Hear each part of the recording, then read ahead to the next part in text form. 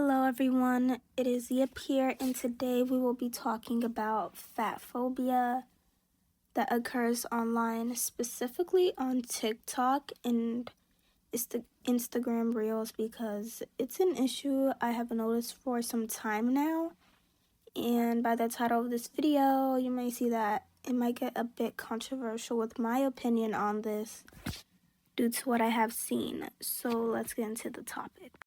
To start off this video, we are going to talk about fatphobia and comic gremlins. I will show you a video along with some comments and then discuss it after. What I eat in a day as a 26-year-old. I woke up around lunchtime, so I went to Chick-fil-A. I got a small fry. I always eat my fries before my actual meal. I ended up getting a Southwest salad. I love this salad. If you guys are not big into salads, I promise this salad I'm always in the mood for, like always. It's so delicious and just makes you feel so good. I also ended up getting their cherry berry lemonade, I think that's what it's called. Very refreshing. Okay, so I was going to a family pool party and we had tacos and rice and beans for dinner. Of course, I had to wash this down with lemonade. I also had some macaroons, which of course I had to try. The rice was so good, nothing like homemade Mexican rice. I ended up really liking this pistachio macaron. And then afterwards, I ended up munching on a little bit of chips. So sad the weekend's over. Thanks for coming along. Bye. No! In the previous video, I showed you a creator who shows what she eats in her daily life, and that was one of the examples. Then I showed you comments that were left on the video.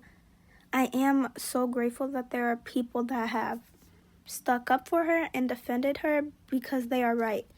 These people hide behind their faceless accounts and make the nastiest comments. One of the comments that I just showed you were telling her to replace all of her meals with water, and that makes no sense. If you have ever lost weight or have been on a calorie deficit, you know that for a long time, sustaining that with just water or some sort of fast, it's not healthy at all.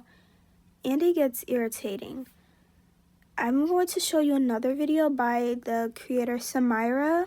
If you have not heard of her, she is great. She is an amazing advocate. And I will show a video that she made and the comments that were also left on that video. It's your girl Samira. Flight attendants, prepare doors for departure and cross-check.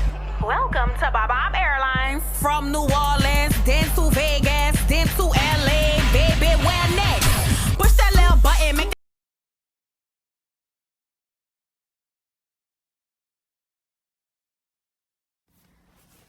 So from the previous video, I showed you of Samira and a screenshot of the comments left. You can see that one of the comments said to take this as a sign. And to add on with the other video, it's just so silly. I cannot believe. Where? Did you guys hear that? I'm scared. Like, why is it such an issue for people to exist in bigger bodies? And with both of the videos I showed you, the craziest thing is that weight loss is a gradual process. So even if these creators decided to lose weight, it will not be quick. The body will not just transform overnight. So even if, how are these people not supposed to eat? Are they not supposed to practice safety or feel safe in places where they should just because you want to be fatphobic? And another issue is, why are you so concerned about someone's body shape or size? I dislike heavily when people say, oh, I'm caring for your health. I care more about your health than you. No, you do not. You just want someone to feel superior over and to punk on. It's disgusting. At least show your face. To further this conversation, I'm going to show a video about a creator talking about fatphobia and then discuss the harm of fatphobia. If you have been on TikTok these past couple of weeks or months even, I can say that you have noticed the amount of trends that are centered around making fun of people in larger bodies, which is fatphobia. So the creator in the next clip will talk about this. I'm gonna say something maybe controversial, but I don't like those videos of people being like, oh, it's so big backed, I'm so big backed. And it's always the skinniest of the miniest being like, oh, I don't want to get big back this summer. It gives like fatphobic. You know, I don't know if I'm reaching or if I'm thinking too much, but I'm just like, I hate that term because I feel like we've just normalized being like, oh, I don't want to be fat. I don't want to be fucking fat in public again. Like, it's giving 2014 Tumblr right now. You know what I'm saying? So in the previous clip, this creator talks about the term big backed, and this term has been going around on TikTok. It's been circulating for like the past month maybe. But before I go further into discussion, I have another video I want to show you guys. Let me show you an example of thin privilege that most people wouldn't even think about. But as someone who grew up in a bigger body, if you know, you know. This outfit. This baggy, oversized sweats, just thrown together, comfy casual outfit. I can wear this now after losing 160 pounds. People won't even bat an eye, right? People wouldn't even think about it. If I would have worn this same exact thing in my bigger body, I would have been called lazy, a slob, not put together, unflattering. Now, I can wear this and no one says anything. People would be like, oh yeah, she's just athleisure, right? Like, that's the style. I never would have gone out of the house wearing this in my bigger body. Never. So I included this video before I talked about the previous video, before the one I just included, where that creator was talking about the fatphobia on TikTok. I included this creator. With the hoodie on, I watch her a lot because she speaks about her experience about how differently she was treated in a larger body compared to now after her weight loss journey. If you watch the video, or if you didn't, at least watch the very end of her video,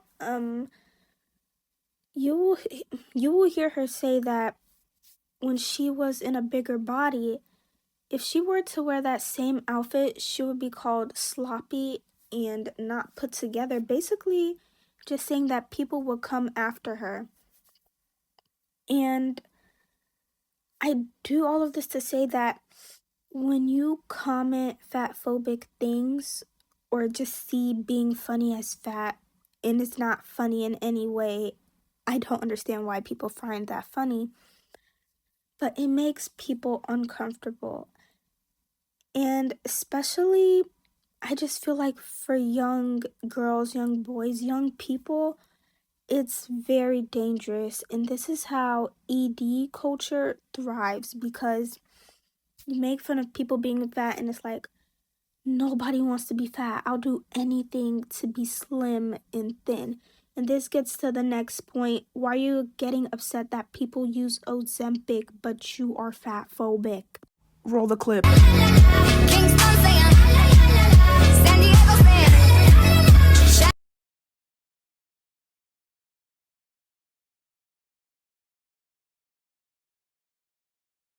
Now, if you have been watching this video thoroughly, I've shown you different examples of people making fun of other creators that happen to live in larger bodies and the comments they get. Now I just showed you someone who has lost weight using Ozempic, and I do not know what health issues that this creator might have or any hormonal things that they may have dealt with that they needed the use of Ozempic. Even if I didn't know, that's not really any of my business, and it's up to the creator to share that. But as you can see, they are in her comments shaming her for using Ozempic. And it just shows that this is a lose-lose situation. If she chose not to lose weight, they're still coming after her. If she chose to lose weight in the quote-unquote natural way, they would still come after her. She uses Ozempic, they are still shaming her. Why do people want someone to punk on? It is unacceptable. Just because you are on social media behind a private account or whatever with a fake username does not mean you get to come at people for doing what they please or doing something that they are like they're just trying to help themselves. What is the point? You throw the rock and you hide your hand like you didn't throw it. What do you want? Do you want people to lose weight or not? Or do you just want someone to bully? And I think we all know the answer to that. And look, if you're anyone that does this and comments on people's appearance for no reason when it is not your body, you are weird and you are strange. And the next clip that is about to play is just for you. There's somebody out there that's uglier than you.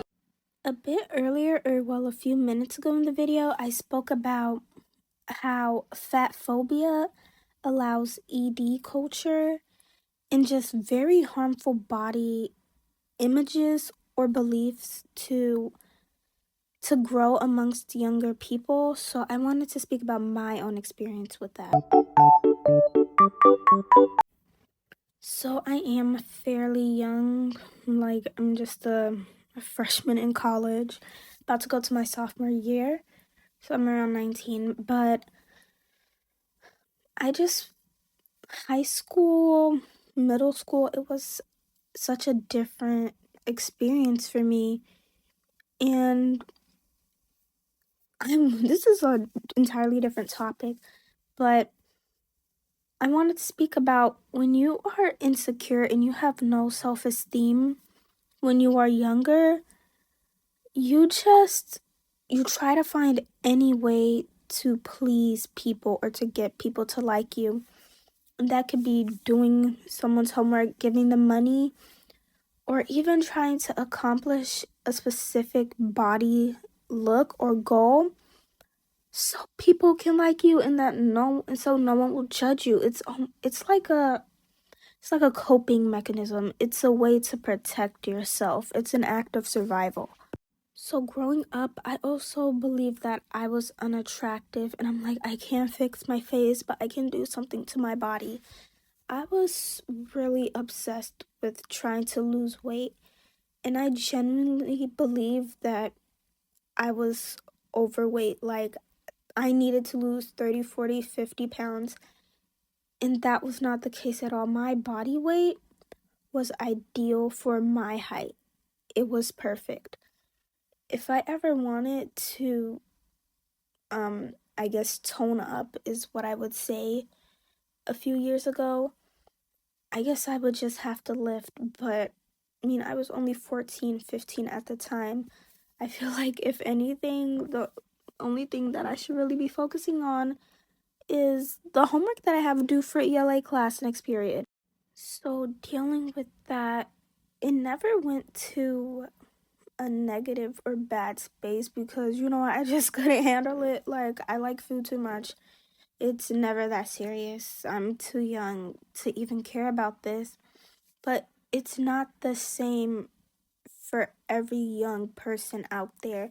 This isn't even restricted to just young people. I've heard people talk about how their grandmothers who are 70, 80, 90 years old still feed into this harmful body culture or beliefs. And it's like they see their grandparents, excuse me for this, but almost near death. They've lived their entire life and they still participate in these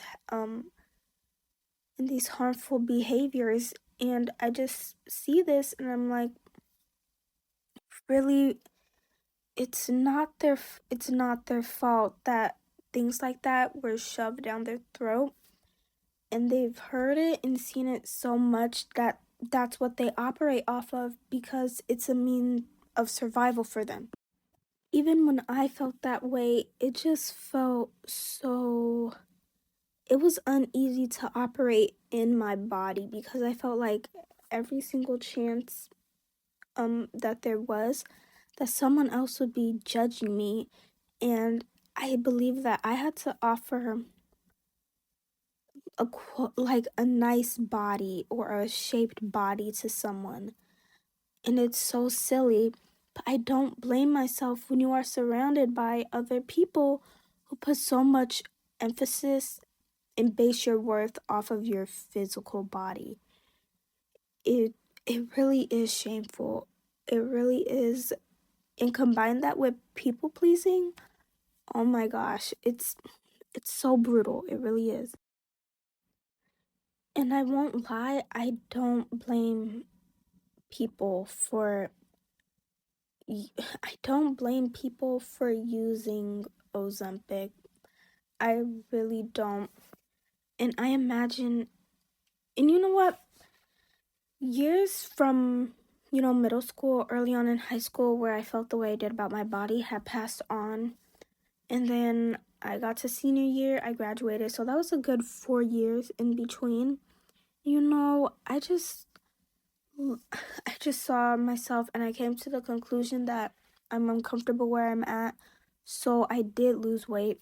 And I want to say that maybe there's a difference with the way people treat me, but I'm not surrounded by those previous people that made me feel like there was a lot of worth in my body anymore. So I don't really know the difference between the treatment. But I will say there's a difference in the way I feel about myself. I don't feel like people are staring at me and making judgments about my body or the size of my stomach and if I should wear certain things. I feel like there's a freedom to exist. And with this video where I'm talking about fatphobia, like, that's how I felt, that in the things I engaged in, if I'm fat or people or even if I were to be bigger, am I big in the way people like? And I know that sounds weird, but there is a difference in the way people treat you in comparison to your body shape. Is most of your fat in your butt, in your chest, in your stomach. It makes a big difference, especially if you look at plus size models, look at who the plus size models they're actually getting. The stomach is flat. And there are some plus size people like that, but every plus size person does not look like that. So where's the range? Where's the difference? Fat phobia, it shows a lot and it comes in many forms. So what I'm trying to say is that this fat phobia, it harms everyone. If you make comments about people's bodies and you know nothing about their life, do not comment. That is not your place. It will never be your place to comment on someone else's body. Fat phobia affects everyone no matter what, because the stigma that people have, no matter who you are, you internalize it. And that's how it starts. It starts as jokes. It starts as, I don't want to be big backed. Oh, I just gained like 5 pounds. I'm on the way to my 600-pound life and things like that. That's how it starts. And then it becomes something more, and it gets to the point where it is passed on through media to children, to your own children, even in generations and generations. Like right now, there are people decreasing the size of their BBLs. I know, like in this video, I talked a bit about Ozempic with celebrities appearing way slimmer in social media and events and stuff. I even saw this interview about Whoopi Goldberg and someone else. They talked about using weight loss drugs, and like theirs were a bit different. I remember the other woman, I think she said she had issues with her knee or something. I really don't recall, but we can see the resurgence of the early 2000s, and it's not to say that a body shape is bad or it's not ideal, but it's the way it's presented in the media. So with this video is a bit of a ramble, but like I said, before you engage in these type of things, please be mindful of the message that you are spreading, how it affects you, the people around you, and also the person you are attacking when you comment and make the most nastiest and vile comment. People see that, people remember that, and that person also is a human being. They are not there for laughs, they are not there for entertainment, they are a human being and they exist with feelings. I actually don't have much more to say on this topic. Like the resurgence of the early 2000s amongst other weird weight and body trends on TikTok are an entirely different video. But I hope you enjoyed this discussion. This was definitely, this is a long one to unpack, so I'm happy I did it in the time that I did. Please leave any comments what you think about this. I would love to read them and be in discussion with you. But thank you so much for watching and listening to what I have to say. Thank you and bye-bye.